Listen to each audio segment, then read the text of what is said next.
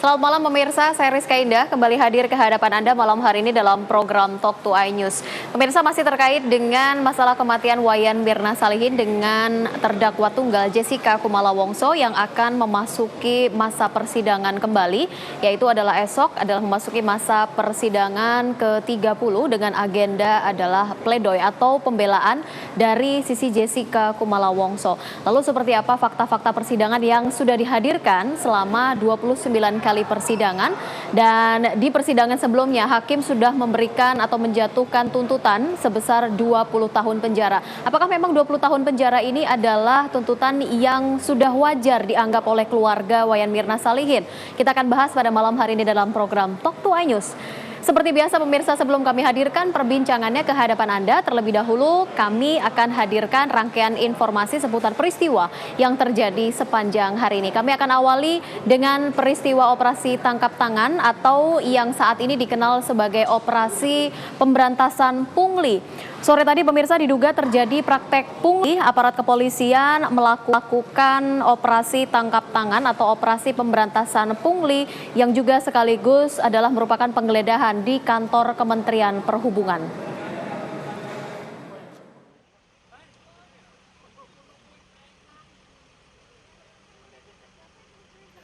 Selasa sore, aparat kepolisian Polda Metro Jaya melakukan operasi tangkap tangan di kantor Kementerian Perhubungan.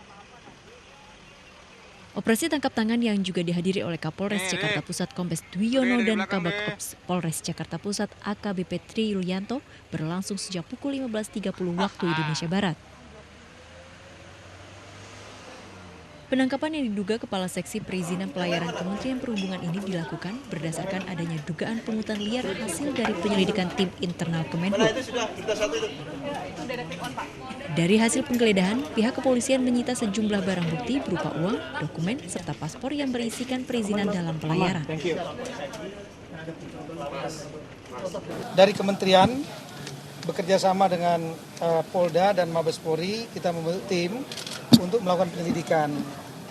Nah, ketika kemudian Bapak Presiden memerintahkan untuk dilakukan penertiban atau pemberantasan pungli, beliau sudah tadi mendeklar lebih kurang 1 jam yang lalu dalam rapat terbatas agar dibentuk di bawah Polhukam operasi pemberantasan pungli. Maka tim yang sudah bekerja di tempat ini kita melakukan penangkapan tadi, operasi tangkap tangan. Sebelumnya Selasa siang Presiden Joko Widodo menggelar rapat terbatas dengan sejumlah menteri kabinet kerja. Pembahasan rapat terbatas mengenai reformasi hukum terkait paket kebijakan hukum. Maraknya pungutan liar di lembaga negara menjadi salah satu fokus pembahasan. Dari Jakarta, tim liputan MNC Media memberitakan.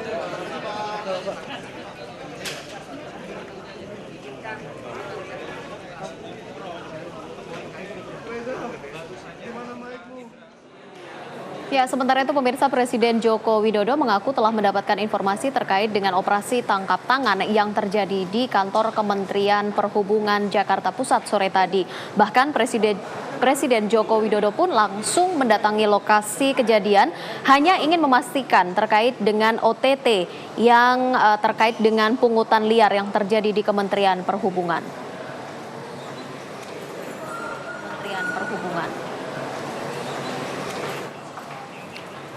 Presiden Joko Widodo di kantor Kementerian Perhubungan pun mengingatkan kepada seluruh lembaga pemerintah Indonesia agar berhenti untuk melakukan pungutan liar, terutama yang berkaitan dengan pelayanan kepada masyarakat.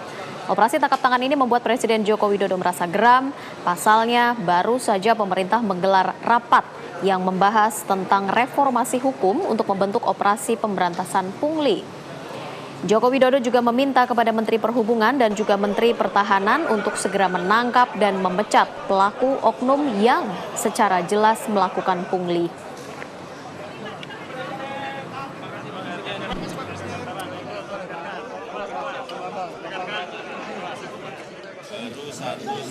Baru 1,5 jam yang lalu saya mengadakan rapat mengenai reformasi hukum.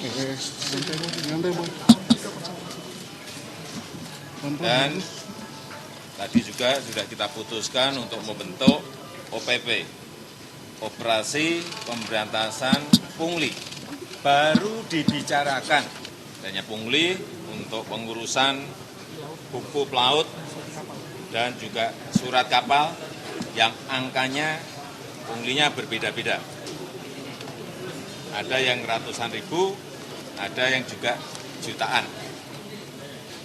Saya tadi hanya ingin melihat dan ingin memastikan, dan saya perlu peringatkan kepada seluruh lembaga, pada seluruh instansi, mulai sekarang ini stop yang namanya pungli. Ya, pasca operasi tangkap tangan terkait dengan pungutan pungli yang terjadi di Kementerian Perhubungan Jakarta Pusat. Sore tadi kami hadirkan ke hadapan Anda rilis yang sudah disampaikan oleh Menteri Perhubungan Budi Karya.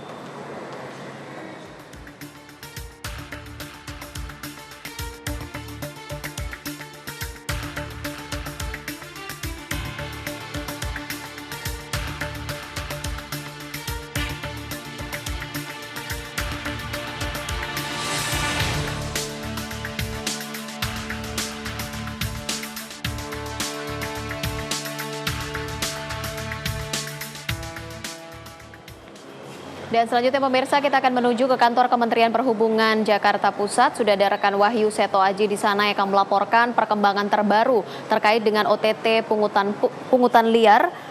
Seto, seperti apa sebenarnya kronologis OTT yang dilakukan oleh pihak kepolisian sore tadi?